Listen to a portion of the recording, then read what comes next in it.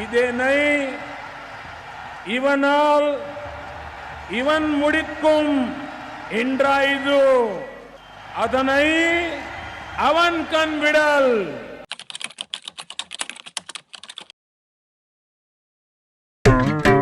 என்னங்க ஒத்த கால நிக்கிறீங்க? போட்டி கேட்க வந்தோம். தமிழ் தமிழ் மேடைக்கு மேடை பேசிட்டு தமிழுக்கு என்னங்க செஞ்சீங்க?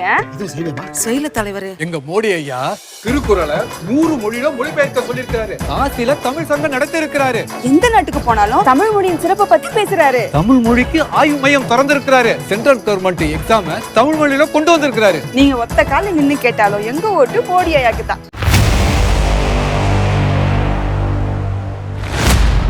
சுகன்யா சம்ருத்தி திட்டம், செல்வ மகள் சேமிப்பு திட்டம்.